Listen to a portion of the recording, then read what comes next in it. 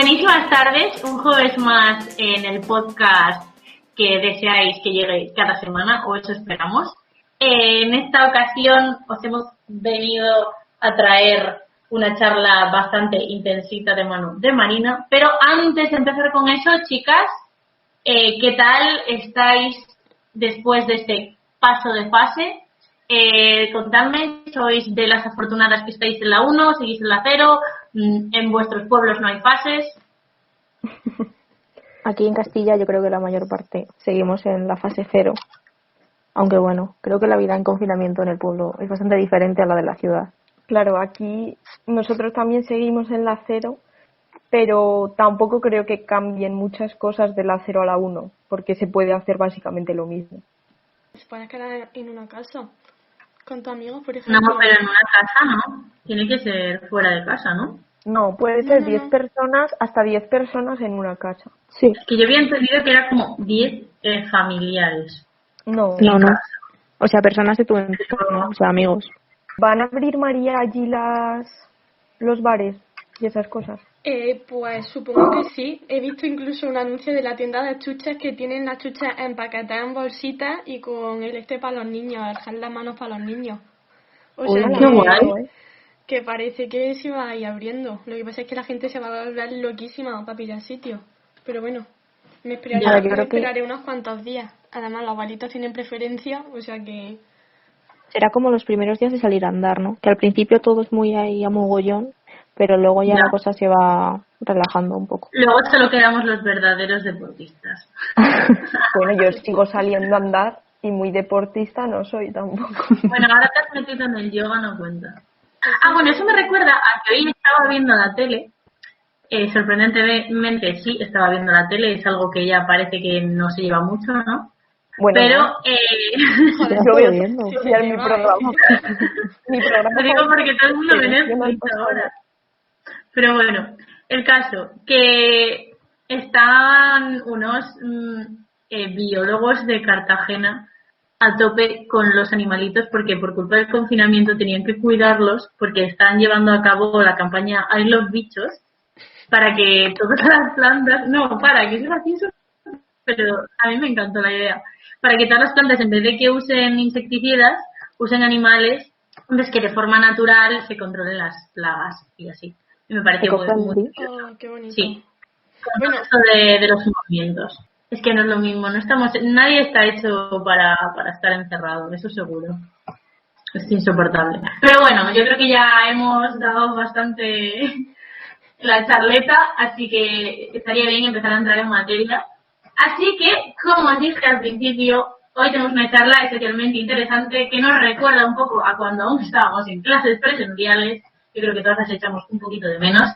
Y en especial a un profe que nos gusta un montón, no vamos a decir el nombre porque a pesar de que no escuche esto, nos daría vergüenza que se enterara, yo creo. Pero bueno, en el fondo le queremos, él lo sabrá si nos escucha algún día.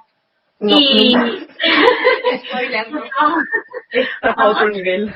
Ok, pero... y es que vamos a hablar del populismo. El populismo es algo de lo que sinceramente se habla un montón, pero que parece que no está como muy claro, no se define de forma muy clara y es algo muy interesante que realmente está muchísimo más cerca de lo que pensamos y que yo creo que os va a abrir bastante los ojos hoy y que os va a interesar bastante. Así que bueno, Marina, cuando quieras, ilumínanos. Sí, efectivamente, es lo que voy a tratar de explicar, es un poco la definición de populismo, las características que tiene para que podamos hablar con criterio, básicamente. Porque hoy en día se ha convertido un poco como en un insulto, yo creo. Muchos políticos hemos visto populista, no sé qué, tal. Pero en realidad, o sea, es una ideología o un movimiento político que de esto, bueno, movimiento político o tendencia política, por así decirlo, dependiendo con quién hables, lo considerará una cosa u otra, que pues es tan válida como cualquier otra, ¿no?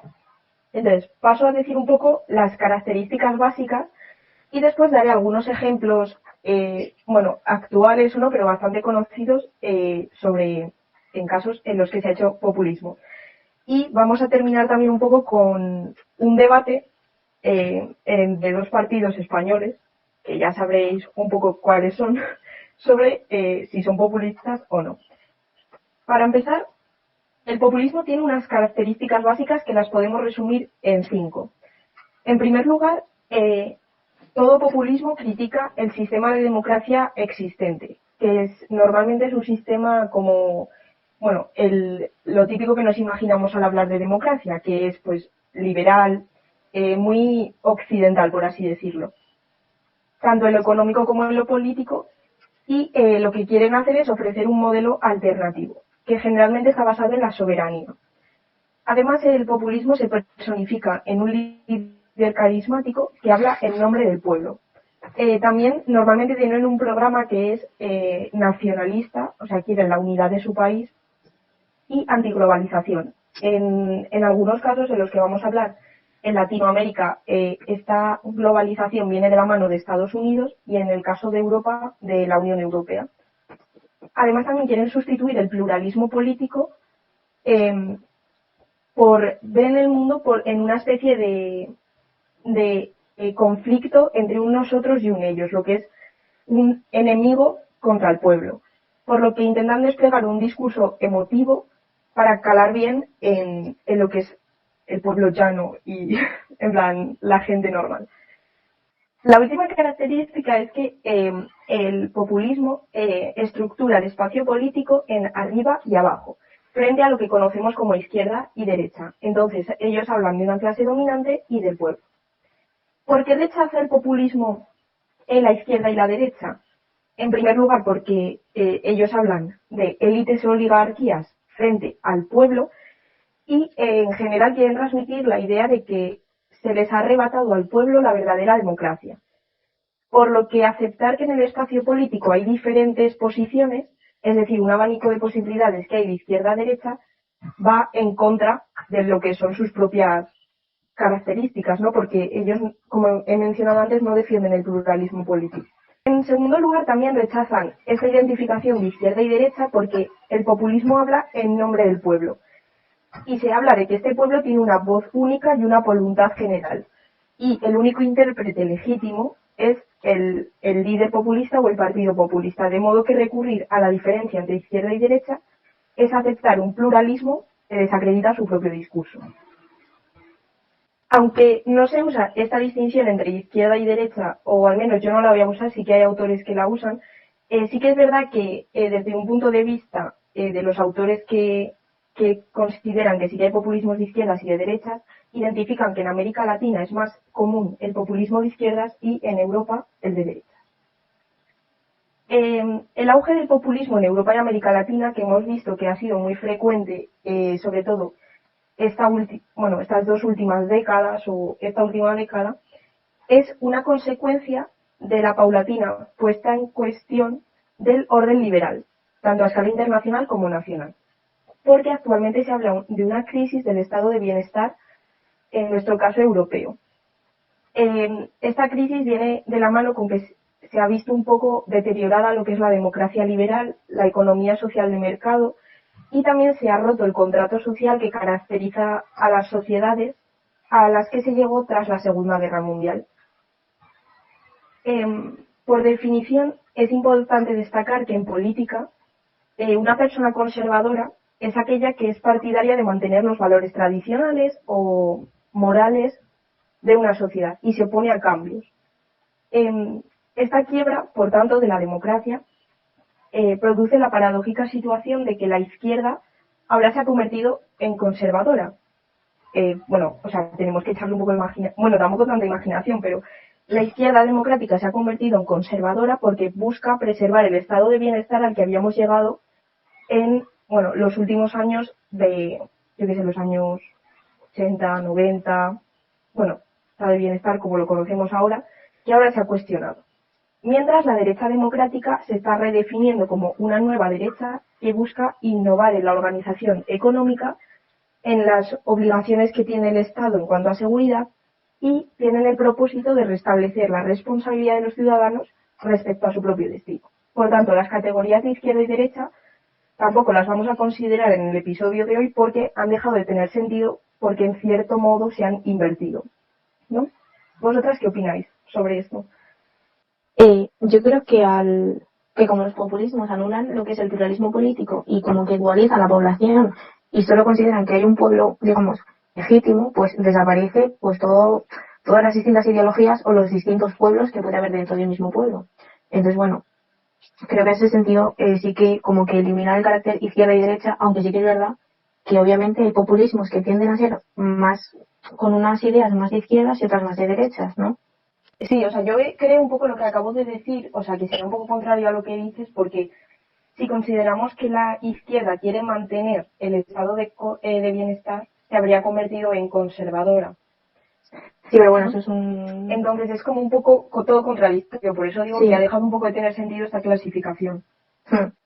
A mí me parece, la verdad, súper interesante lo último que has dicho, porque sobre todo en Europa, Francia, Italia, se puede ver perfectamente como es ahora la derecha, como de Salvini y de Le Pen, la que quiere darle la vuelta y ser a los que reformen el orden establecido ahora. Yo creo que obviamente hay populismo en ambos lados, incluso en partidos intermedios también puede haber populismo así algunas veces, pero me parece muy interesante esto último que has dicho de la inversión de izquierda y derecha.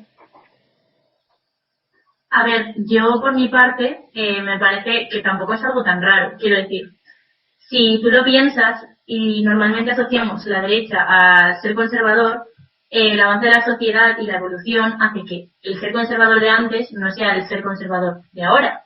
Entonces, dentro de lo que cabe es normal que igual se pueda considerar ahora revolucionario volver para atrás o no, o sea, depende de la interpretación que tenga cada uno, ¿no? Pero quiero decir, no me parece tan raro que se considere que se inviertan estos papeles, pero también creo que todo es muy relativo y depende de lo que piensen las personas. O sea, que realmente en la sociedad nunca te quedas estancado en un punto, sino que siempre acabas yendo hacia una tendencia determinada.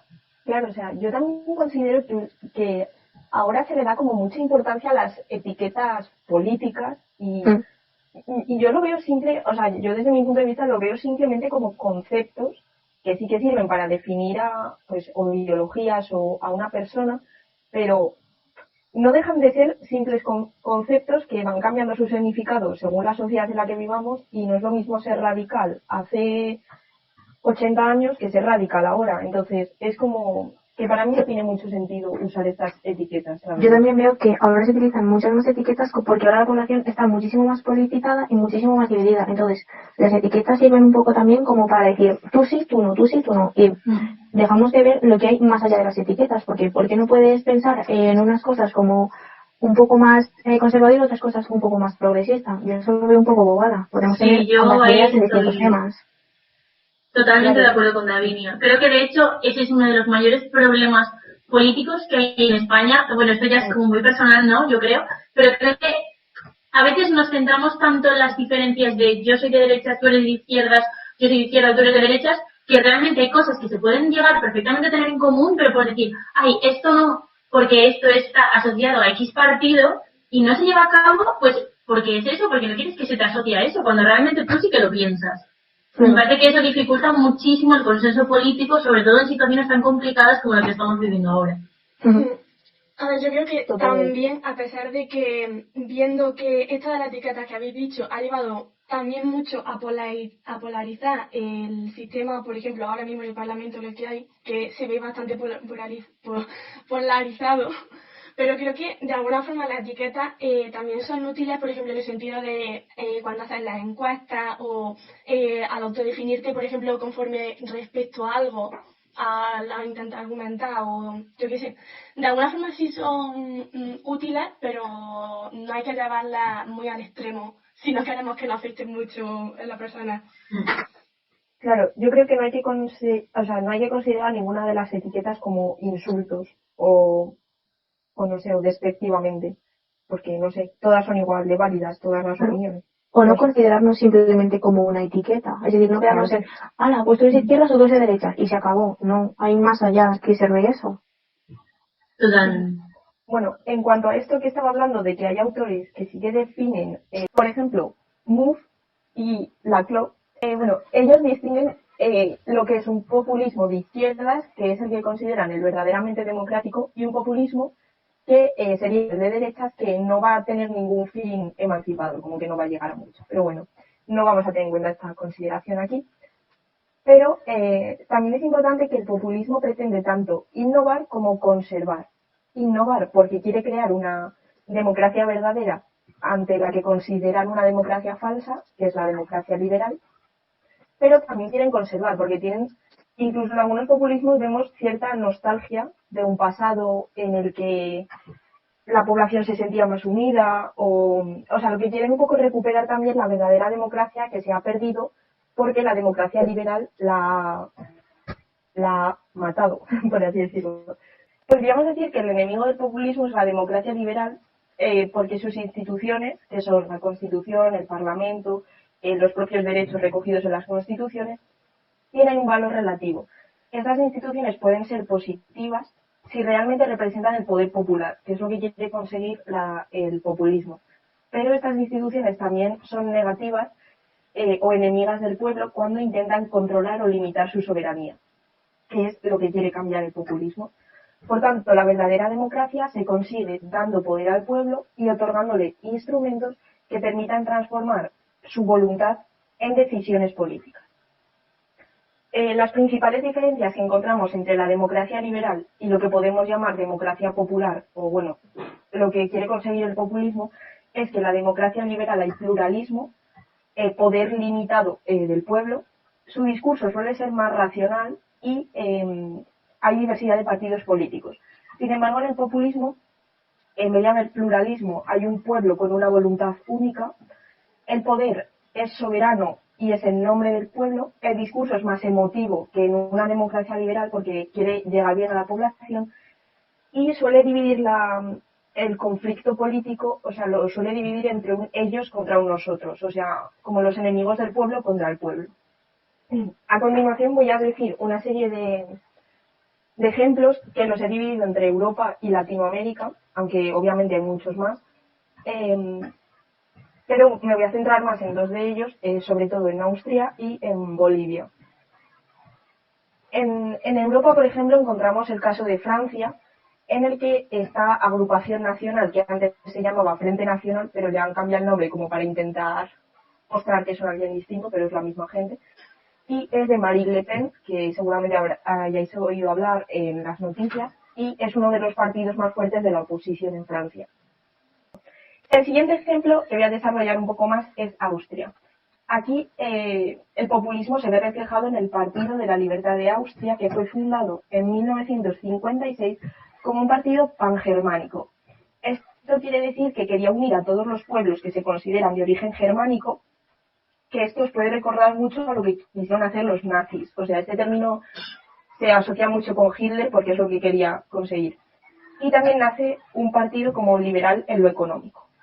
Sin embargo, cuando llega George Haider, que tampoco sé austriaco, o sea, no sé pronunciarlo, por favor, persona de la pronunciación. Vale. Este señor lo transformó en un partido populista y convirtió al nacionalismo austriaco contrario a la Unión Europea y sobre todo asumió un insistente discurso anti-inmigración y anti-minorías. Consiguió realmente poder, o sea, desde su fundación, que fue en 1956, no consiguió realmente poder en Austria hasta 1999, que consiguió posicionarse como la segunda fuerza del país en coalición con los conservadores, que era el Partido Popular Austriaco, que no tiene que ver con el Partido Popular de aquí, por si alguien se lo pregunta, si le pasa esa pregunta por la cabeza. Bueno, después de este año perdió fuerza hasta 2016, que estuvo a punto de ganar la presidencia. ¿Qué hizo toda su oposición para evitar que ganara un partido populista? Formaron una coalición y ganó esta coalición, pero era formada por todos los partidos de oposición. Se quiere un cordón sanitario, ¿no? Sí, totalmente. Pero finalmente, en las elecciones legislativas de 2017, este partido, que ya estaba al mando de Heinz Christian Strache, una vez más, no sé, austriaco, quedó como tercera fuerza, aunque el partido vencedor, que era el Partido Popular Austriaco, que ya he hablado antes de él, o sea, habían formado ya una coalición en 1999, aquí se apoyó en en el Partido de la Libertad de Austria para gobernar. O sea, no era ya una coalición como tal, sino que sirvió un poco de apoyo en las votaciones. Entonces, aunque sí que era una tercera fuerza, estaba un poco implicada en el gobierno. Aún así, no se considera que el populismo austriaco haya afectado a la democracia liberal, que básicamente es su fin, porque Austria se mantiene en el puesto 16 en el índice de democracia. Esto es porque la democracia de Austria tiene una tradición muy antigua y sus instituciones son muy fuertes, por lo que es muy difícil cambiarlas. Aún así, sí que podemos ver la influencia del populismo en que ha conseguido una mayor polarización, tanto en lo político como en la sociedad, y que haya mayor confrontación y debate en cuanto a este tema. También ha introducido en el debate político la cuestión de la migración y de las minorías, y se ha adoptado un lenguaje político más ordinario y en ocasiones ofensivo, porque, o sea, sirve un poco para descalificar a las voces disidentes y así reducir el pluralismo político. Y el tercer caso en Europa que me gustaría hablar, porque es como mi favorito, que, bueno, lo vimos con nuestro gran profesor, que ya lo ha mencionado antes Paula, pero es que, no sé, es un caso a mí me parece maravilloso, porque al final lo que se están tratando de enfrentar a un orden que está establecido desde hace muchísimos años, y es como que tienen ahí la esperanza de conseguir algo, ¿no? Entonces, no sé, a mí me parece maravilloso. Es el caso de Hungría, que Viktor Orbán, que es el primer ministro húngaro, ha adoptado el término de democracia iliberal, que ha sido un poco así para ser los guays de somos liberales pero no mucho, tal, no sé, un poco camuflar, no sé, sus intenciones. ¿Qué diferencias tiene con Austria o Francia? Que este país no tiene ningún antecedente democrático consolidado tan fuerte como puede ser el caso de Austria, porque pertenecía a la órbita soviética, y entonces hasta 1989, con la caída del muro de Berlín, luego la caída de la URSS, y así realmente no empezaron a democratizarse. Entonces su vida democrática no era muy fuerte ni muy antigua. Y además, aquí la principal diferencia es que el populismo en Hungría no es una fuerza de oposición, sino que está en el gobierno. Básicamente, pues lo que defiende Viktor Orbán es que el capitalismo, el liberalismo y la Unión Europea están socavando la soberanía de Hungría. Ahora voy a explicar muy brevemente otros tres casos en Latinoamérica, pero todos ellos, todos los populismos de Latinoamérica tienen características en común. Es que estos proyectos transformadores que pretende el populismo han conseguido cambiar las constituciones, introducir nuevos poderes, han fortalecido también el poder de los líderes como representantes del pueblo. Es decir, podemos decir que han conseguido sus objetivos como populistas en muchos casos. Han conseguido también reconstruir el pueblo auténtico que se opone a una élite tradicional u oligarquía. Además, la legitimidad del poder ejecutivo se basa sobre todo en la capacidad transformadora del líder y en una permanente movilización popular. Esto es muy importante, como explicaré luego en el caso de Bolivia, que el populismo en América Latina se hace sobre todo gracias a los movimientos populares. Y además también ha conseguido un discurso polarizador. Además, una característica que yo creo que es básica para conseguir dar poder al pueblo es que hay plebiscitos constantes. Esto lo que crea es una democracia directa y popular. Que si no me equivoco, en algún momento vamos a hacer también un episodio sobre los tipos de democracias, monarquías, repúblicas. Entonces estos conceptos podremos explicarlos más adelante. En primer lugar, me gustaría mencionar muy brevemente el caso de Venezuela y de Ecuador. Venezuela no he elegido explicarlo en profundidad porque creo que ya sí que los medios de comunicación le dan bastante visibilidad. Sí que es verdad que muchas veces igual la información está sesgada o así, pero creo que tenemos mucha más información que, por ejemplo, de otros casos como puede ser Bolivia o Ecuador, que igual quedan más en el olvido, ¿no? Entonces, en Venezuela está la figura de Hugo Chávez, que a todos os sonará. El chavismo se inició en 1998 más o menos y duró hasta 2013. El sucesor fue, Chávez nombró como heredero a Nicolás Maduro, que ganó en unas elecciones, pues un tanto, digamos, amañadas, y ha continuado básicamente en la misma línea que Chávez hasta hoy. Y en el caso de Ecuador, el populismo viene de la mano de Rafael Correa, que quería conseguir una revolución ciudadana. Este país tiene una larga tradición populista Pero Rafael Correa no representa un populismo, digamos, puro, sino que es más bien un híbrido entre populismo autoritario y democracia liberal. O sea, tiene mucha mezcla también de liberalismo. No, digamos que su objetivo sí que es derrotar la democracia liberal como tal, pero incorpora algunas características de ello. Para terminar con América Latina, quiero destacar el caso de Bolivia, y creo que todos habréis oído hablar de Evo Morales. Este estuvo en la presidencia desde 2006 hasta 2019 y llevó a cabo un populismo que podríamos llamar étnico, y lo que quiso hacer fue una revolución postcolonial que quería recuperar una grandeza pasada. Esta grandeza era la precolonial, o sea, básicamente se queja mucho de las colonias que se hicieron en toda América Latina.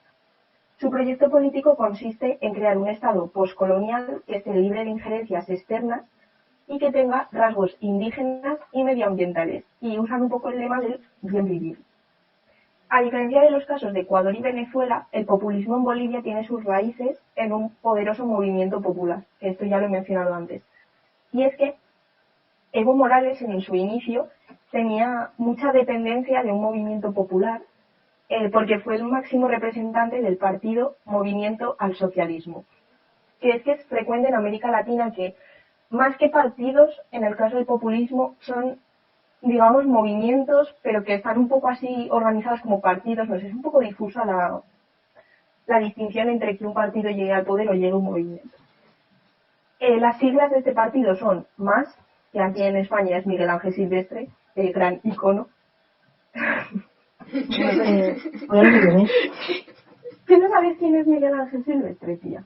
No, pues sí es famoso, es que no sé nada de famoso. Claro, sí, hasta yo, hombre. Sí, María, ¿quién es? Hombre, un actor. Sí, bueno. Ignoremos este dato de que David no sabe quién es Miguel Ángel Silvestre, por favor, porque es un icono. Entonces, como he dicho, Evo Morales fue el máximo representante de este partido.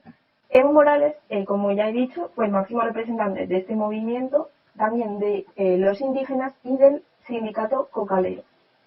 Que vale, muchos de vosotros estaréis pensando, evidentemente, en la coca, y es que sí, o sea, viene de aquí, en plan, es muy frecuente que en estos países se dedican al cultivo de coca, pero no la usan, digamos, como aquí, sino que tradicionalmente, para la mayoría de la gente que vive en los Andes, tiene un carácter sagrado y tiene funciones terapéuticas, sagradas, sociales. Y un dato muy curioso es que actualmente las hojas de coca se usan para hacer la Coca-Cola y también sirven para hacer harina o uso medicinal.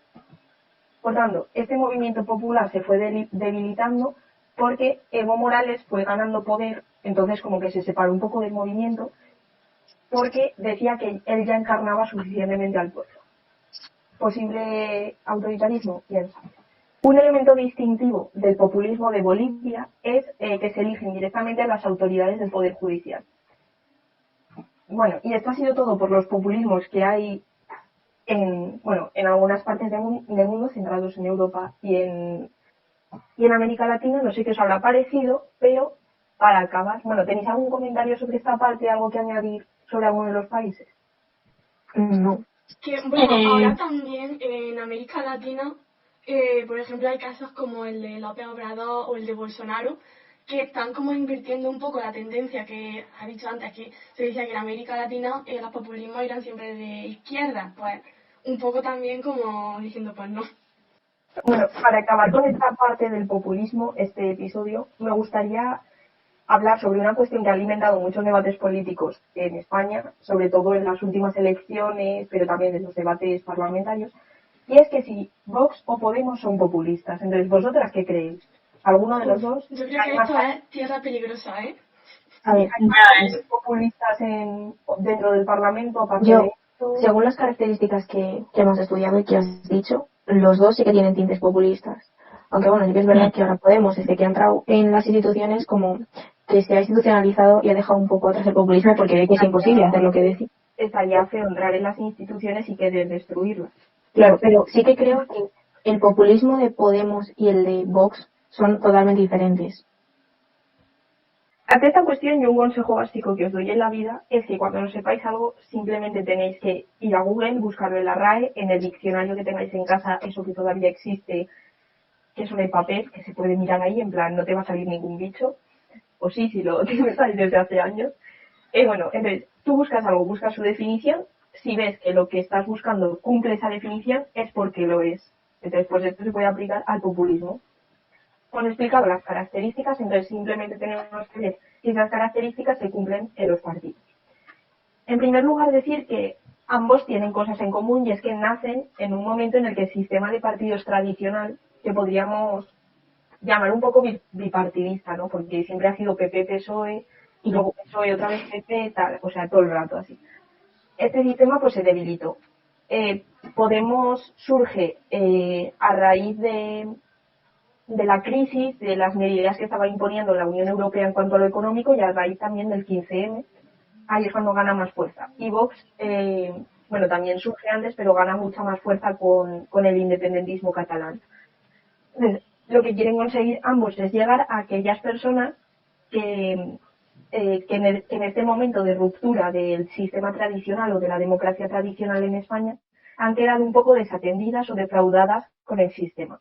Vale, voy a pasar a analizar estos partidos de forma muy breve para ver si cumplen o no las características. En primer lugar, Podemos, decir que se han llamado a sí mismos populistas en varias ocasiones, pero insisto en que esto no tiene que ser un término negativo, sino que es tan válido como cualquier otro. Por si no lo sabéis, tienen un canal de YouTube, página web y así, que se llama Portapache, en el que subían entrevistas, debates sobre sus ideas, y aquí sí que hablan en varios vídeos sobre el populismo. También Monedero tiene otro programa que se llama En la Frontera, y Pablo Iglesias es el presentador, pero David ya me comunica por pinganillo de que va a cambiar de presentador el programa Otra Vuelta de Tuerca. Entonces, en todos ellos, si tenéis interés en las ideas de Podemos, podéis poco investigar. En primer lugar, la crítica a la democracia representativa, a la antiglobalización y al antiliberalismo se puede ver en la oposición que tienen a la Unión Europea. Surge en un momento de crisis en el que se oponen a las políticas económicas que está llevando a cabo esta organización y defienden un poco que se ha dejado demasiado poder en manos de la Unión Europea. Además, ofrecen un modelo alternativo de democracia porque ellos mismos establecen que quieren cambiar la ley electoral para que las listas sean abiertas con circunscripción única y que la obtención de escaños en las votaciones tiene que ser proporcional al número de votos. Además, el líder es carismático, que podemos ver, pues como Pablo Iglesias ha conseguido llegar como a mucha gente, y habla en nombre de la voluntad del pueblo, es decir, ellos quieren representar a lo que es todo el pueblo. Además, en cuanto a la característica de la búsqueda de un enemigo del pueblo, llegan al pueblo a través de un discurso emocional y han buscado al enemigo del pueblo, que ellos mismos dicen que han nacido en contra de la casta, de los banqueros, de los grandes empresarios, y el lema que usaron en el 15M, que no somos marionetas en manos de políticos y banqueros, o democracia real ya, no somos mercancía en manos de políticos y banqueros. Por tanto, el enemigo común del pueblo serían toda esa élite política y grandes empresarios. Además, el espacio político lo estructuran en arriba y abajo, es decir, hablan de que las élites han fallado a la gente y les han quitado lo que es la verdadera democracia. Por tanto, como podéis ver, son todas las características que ya hemos hablado en los ejemplos de populismo por países que se aplican muy bien a este partido. ¿Qué ocurre? Que también se cumplen en el caso de Vox, pequeño spoiler. Si vamos a Vox, a ver, sí que es verdad que son cosas muy distintas y que sí que los podemos considerar como uno populismo de derechas y otro populismo de izquierdas, si queréis considerarlos así, pero no dejan de ser populismo. Así que, bueno, Vox critica a la democracia representativa. En su manifiesto quieren establecer una agenda de renovación que se concretan en un conjunto de medidas que hagan realidad la transformación democrática, es decir, quieren cambiar la democracia preexistente.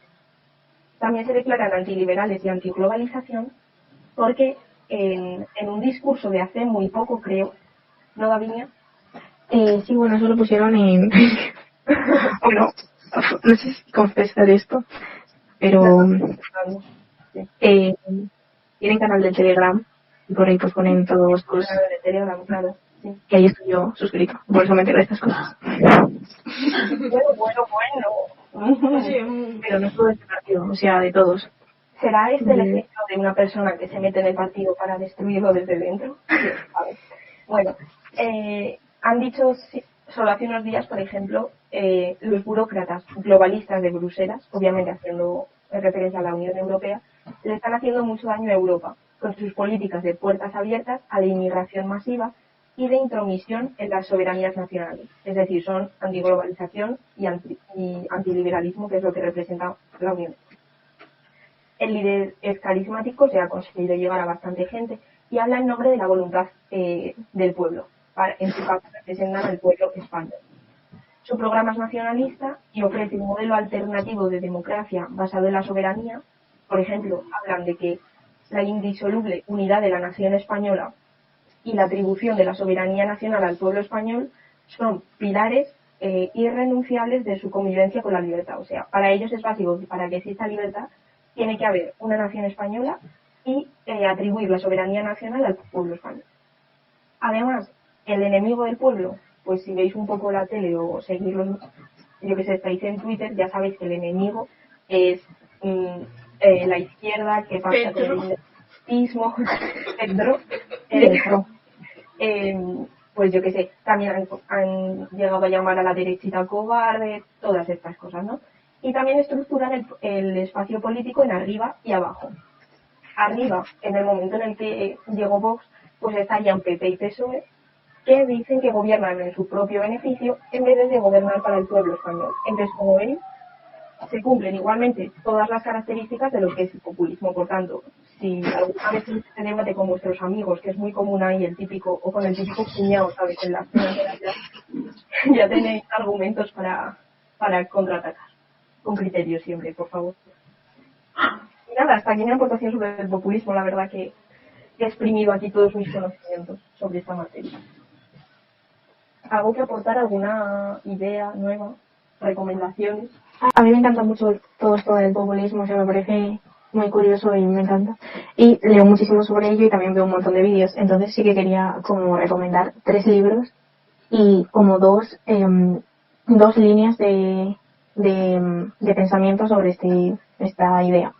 Y los libros, bueno, son los 3 un poco similares, pero que tratan un poco lo mismo, tratan sus orígenes y luego pues ponen casos concretos. El primero se llama Populismo, breve introducción, y es de Casmut y Cristóbal Rovira. Está muy muy bien, es muy fácil de leer y es cortito, así que está muy bien. El segundo se llama Populismos, en vez de populismo, en plural populismos, y es de Fernando Villespín y María Bascuñán, y está muy muy bien este libro también. Es un poco parecido al primero, un poco más, quizá un poco más extenso y más que va un poco más a la raíz, pero está muy muy bien. Y el tercero, que se llama Cómo mueren las democracias, es de Steven Levinsky y de Daniel Ziblatt, y me lo regalaron mis queridas compañeras de piso. Por recomendación mía. Sí, y está muy muy bien. También explica un poco, bueno, pues el origen del populismo y cómo el populismo puede destruir o reforzar la democracia. Entonces, bueno, está muy muy bien también, es muy fácil de leer también. Quizá de estos 3 es el más difícil de entender, porque bueno, tiene muchos conocimientos históricos y igual sí que tienes que buscar algo en Google, pero está muy muy bien. Y luego quería como recomendar a 3 personas que tienen como líneas muy diferentes de pensamiento sobre el populismo. Están Chantal Mouffe y Ernest Laclau, o Laclau, da igual, que bueno, eran pareja, bueno, luego él se murió, pero los dos son filósofos y pues tratan mucho temas sobre populismo. Lo podéis buscar en YouTube, tienen un montón de charlas. Además, Chantal Mouffe ha hecho, creo que un libro con Errejón, que también tiene un montón de charlas y de debates sobre populismo en YouTube, que están muy muy bien. Y vale, estos sí que tienen un poco una ideología un poco postmarxista. De hecho, Ernesto Laclau tiene un libro que también está muy bien, que se llama La razón populista, que esto sí que ya es un libro un poco más politizado, ya entra de lleno en la ideología que tiene sobre el populismo, digamos, como he dicho antes, postmarxista. Y luego está justo la otra tendencia, que bueno, encontré a una chica que se llama Gloria Álvarez, que es una politóloga que es de Guatemala, y tiene un libro que se llama El engaño populista, y es totalmente lo contrario a lo que dice Laclau. O sea, odia el populismo. De hecho, se centra principalmente en los movimientos que ha habido en Latinoamérica, pues como ha dicho Marina, en Bolivia, en Venezuela, y les achaca a ellos que, bueno, por la situación que tienen actual de pobreza y de desigualdad. Pero bueno, entonces, según la ideología que tengáis, pues podéis ir para una tendencia o para otra, pero os digo que siempre está bien como leer las dos tendencias, comparar y de ahí pues hacer un análisis y quedarte con la que más te representa. Que ni una está bien ni la otra está mal, o sea, son dos visiones diferentes e igualmente válidas.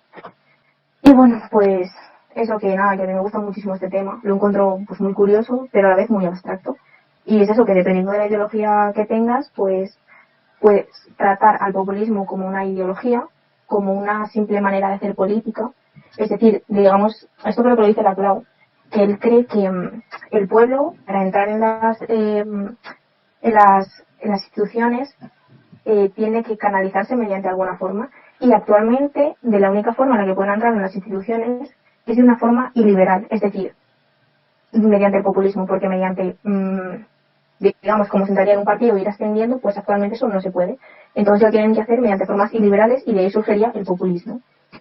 Y eso, que a pesar de que podamos pensar que el populismo es malo, pues que también puede sacar a la luz problemas que hay en la sociedad y también podemos sacar de ahí cómo se puede mejorar la democracia. Y hasta aquí mi aportación sobre mis recomendaciones. Buenas recomendaciones, la verdad. Estamos activos, como siempre decimos, en Facebook, en Twitter y en Instagram, pero también tenemos canal de YouTube y subimos obviamente los podcasts siempre a iVoox, que es una plataforma específica para ello, y en Spotify. Nada, os seguiremos hablando y actualizando todo lo posible desde @cafederas4 en todas las redes sociales que hemos dicho anteriormente. Esperemos que os haya gustado y hasta la semana que viene. Bye.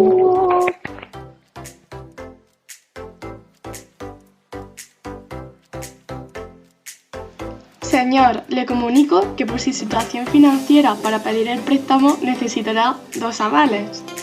Vale.